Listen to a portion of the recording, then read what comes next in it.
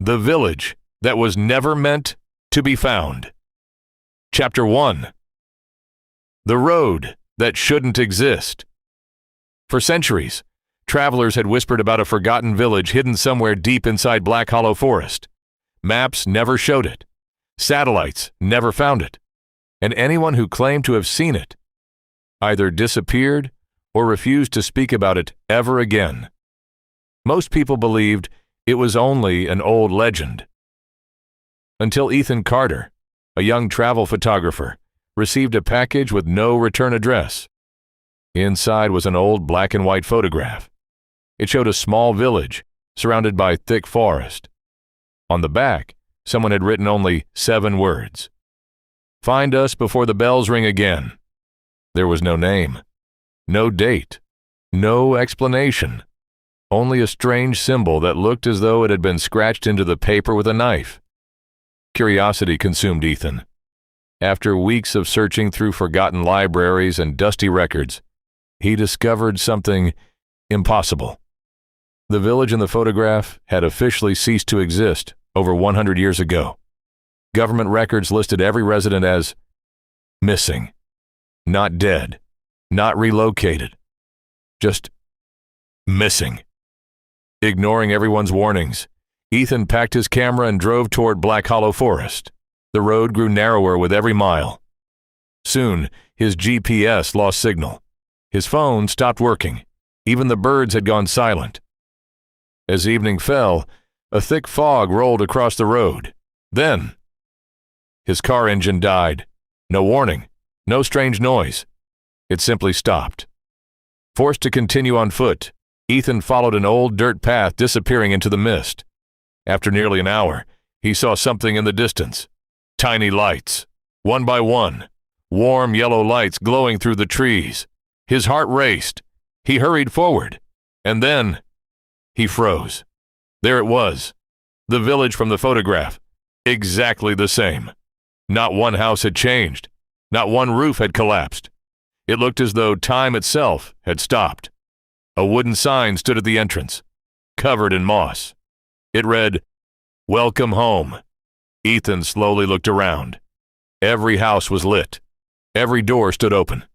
But there wasn't a single person anywhere. Then, from somewhere deep inside the empty village, a church bell rang. 1, 2, 3. And just before the 4th bell, Ethan heard footsteps, walking behind him. The footsteps stopped. Ethan spun around, shining his flashlight into the darkness. Nothing. Only the cold wind whispered through the empty streets. His breathing became heavier. "Who's there?" he shouted. Silence. Then, another church bell echoed through the village. This time, it sounded much closer. Unable to fight his curiosity, Ethan stepped deeper into the village. Every house looked lived in. Fresh bread sat on wooden tables. Fireplaces still burned with glowing embers. Teacups were warm to the touch. It was as if the villagers had left only seconds earlier. But where had they gone? As Ethan explored one of the cottages, he noticed family photographs hanging on the wall. He picked one up. A smiling family stood outside the same house. The picture looked ancient, until Ethan froze.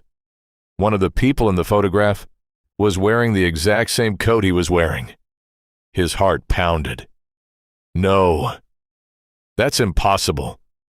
He looked closer. The man's face wasn't his. But the coat, the backpack, even the camera hanging around his neck were identical.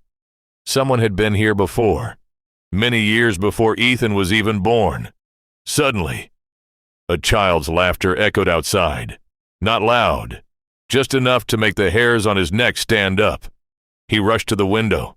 A little girl in a white dress stood in the middle of the empty street. She couldn't have been older than 8. She smiled. Then she pointed toward the church at the center of the village. Without saying a word, she slowly walked away. Excuse me!" Ethan called as he ran after her. But every time he got closer, she seemed farther away. Finally, she disappeared behind the church doors. Ethan reached the entrance moments later. The heavy wooden doors creaked open on their own. Inside, Hundreds of candles burned. The church was empty. Or so he thought. On the front pew sat an old leather book, covered in dust. Across the front, written in faded gold letters, were the words, "Visitors who never returned." His hands trembled as he opened the first page. Every page contained a photograph. Every photograph showed a traveler who had entered the village over the last 100 years. Some wore clothes from the 1920s, others from the 1950s. Some looked modern. Every page ended with the same handwritten sentence. "Stayed for the final bell." Ethan's breathing stopped. He turned another page. Another. Then, he reached the final page. There was no photograph, only an empty frame, and beneath it, fresh ink, as though it had been written only moments ago. It read, "Ethan Carter." Behind him, the church doors slammed shut. The candles went out, and in the darkness, someone whispered, "You're finally home." The whisper echoed through the darkness. "You're finally home." Ethan's flashlight flickered back to life. Its weak beam swept across the church. The pews were no longer empty. Dozens of people now sat silently, facing the altar. Men, women, children. Not one of them moved. Not one of them blinked. They simply stared straight ahead, slowly. Every head turned toward Ethan, at exactly the same time. Their faces were pale. Their clothes came from different centuries. Some wore garments from the 1800s. Others looked like explorers from the 1950s. One man still wore hiking gear from only a few years ago. Their eyes looked empty, as if something inside them had been taken away. Then they all smiled. The same slow, unnatural smile. Ethan stumbled backward. The old leather book slipped from his hands and crashed onto the floor. A folded piece of paper fell from between its pages. He snatched it up. It was a handwritten note. The ink had faded, but one sentence was still clear. "If you're reading this, don't let the fifth bell ring." The note wasn't signed, but tucked inside, it was an old photograph. It showed the same village nearly 100 years earlier. Standing in front of the church was the man wearing Ethan's coat. On the back of the photograph, someone had written, "I almost escaped. Don't make my mistake." Before Ethan could read anything else, boom! The fourth bell rang. The sound shook the entire church. The silent villagers stood up together. Without speaking, they slowly began walking toward him. One step, then another, then another. Ethan ran. He burst through the church doors and sprinted across the empty square. Behind him, hundreds of footsteps echoed through the night. But when he looked back, no one was there. Only the sound of footsteps. Still following him. He reached the edge of the village where he had entered. Relief flooded over him. "I'm out," he whispered. He stepped across the old wooden sign. Nothing happened. He took another step, then another. After several minutes of walking, he looked up. His heart nearly stopped. He was standing in front of the church again. He turned around. The road behind him had disappeared. No matter which direction he ran, every path led back to the village. Then he noticed something he hadn't seen before. High above the rooftops, the church bell tower. A faint golden light flickered inside its highest window. And for the first time that night, he heard a voice that didn't sound threatening. It was soft, almost pleading. It whispered, "Climb the tower." Before the fifth bell, Ethan looked up at the ancient staircase winding into the darkness. As he placed one trembling foot on the first step, something below him laughed. Not a child, not an old man, something that didn't sound human. The laughter echoed beneath the staircase. It wasn't loud. It wasn't human. It sounded as if dozens of voices were laughing at once, from somewhere deep inside the walls, Ethan tightened his grip on the lantern and began climbing. The wooden steps groaned beneath his feet. 1, 2, 3. With every step, the air grew colder. Then he noticed something strange. The walls of the bell tower were covered with thousands of names.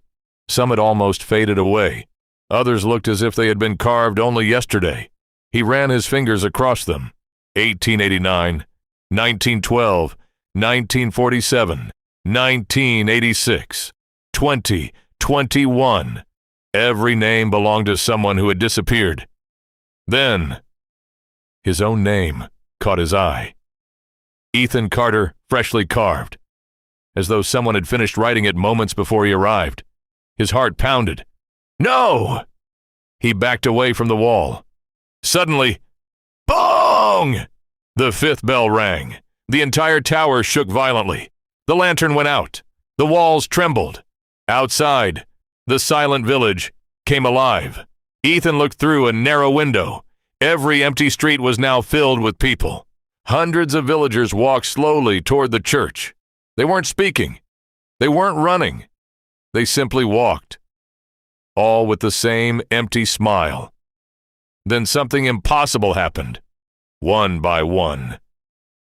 They all looked up, straight at Ethan, at exactly the same moment. Every smile disappeared.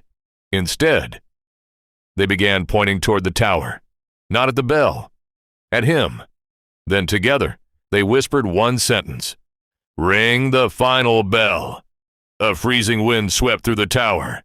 The giant bronze bell above Ethan began to move by itself, slowly, back and forth, back and forth. It hadn't rung yet, but it was building momentum. The old note fell from Ethan's pocket. On the back, words he hadn't noticed before suddenly appeared, as though written by an invisible hand. The bell does not trap the village. It traps the one who rings it. Ethan's eyes widened. All this time, he had believed the bell was the prison. But the truth was far worse. Every few decades, the village lured a stranger inside, not to kill them, but to replace the one already trapped. Below him, the smiling villagers slowly began climbing the tower stairs. Not one, not 10, hundreds. Their footsteps echoed together. Thump, thump, thump. The bell swung higher and higher. If it completed one more swing, it would ring, and whoever stood beside it would become the village's next eternal guardian. Ethan looked toward the only window. It was a deadly drop into the dark forest below. Behind him, the villagers were almost at the top. In front of him, the bell was only seconds away from ringing. He had only one impossible choice. Jump into the darkness. Or stay. Forever. The bell swayed above Ethan's head. The rope stretched tighter with every swing. One more swing, and it would ring. Behind him, hundreds of villagers climbed the final steps. They moved silently. No anger, no fear, only expectation. As if they had waited decades for this exact moment. Ethan looked at the open window.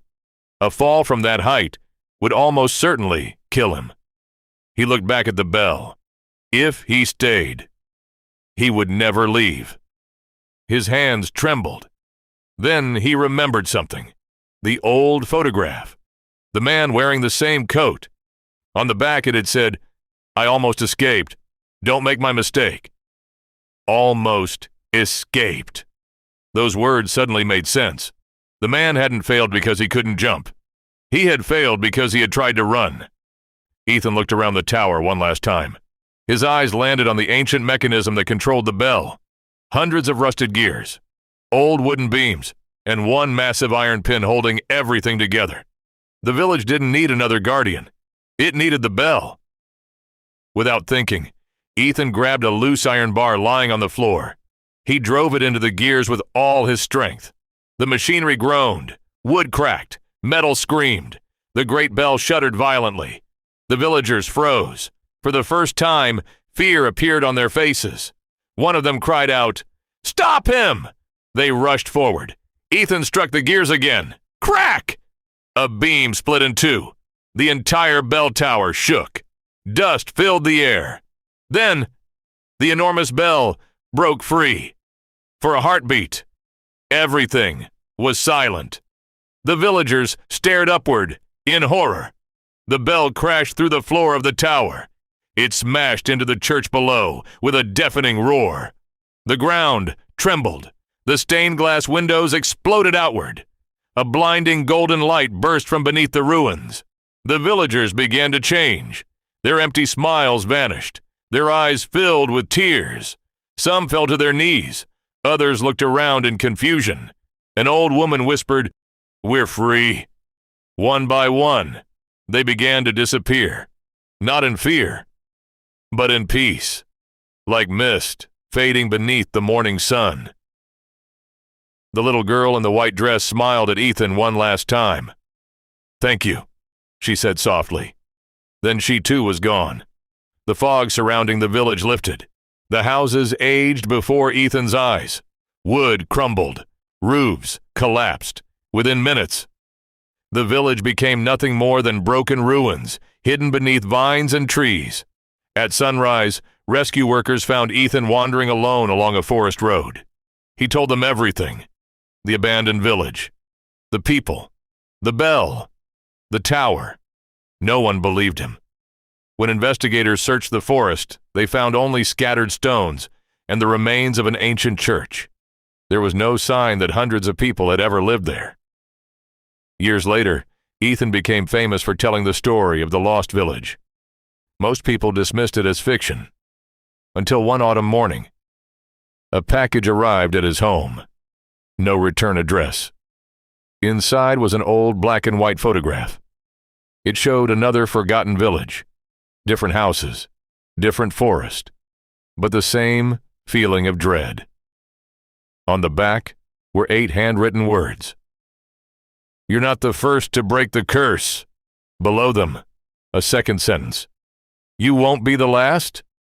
Ethan's hands began to shake, because in the corner of the photograph, standing beside the village gate, was a little girl in a white dress, smiling, exactly as she had the day she disappeared. The end. Or is it?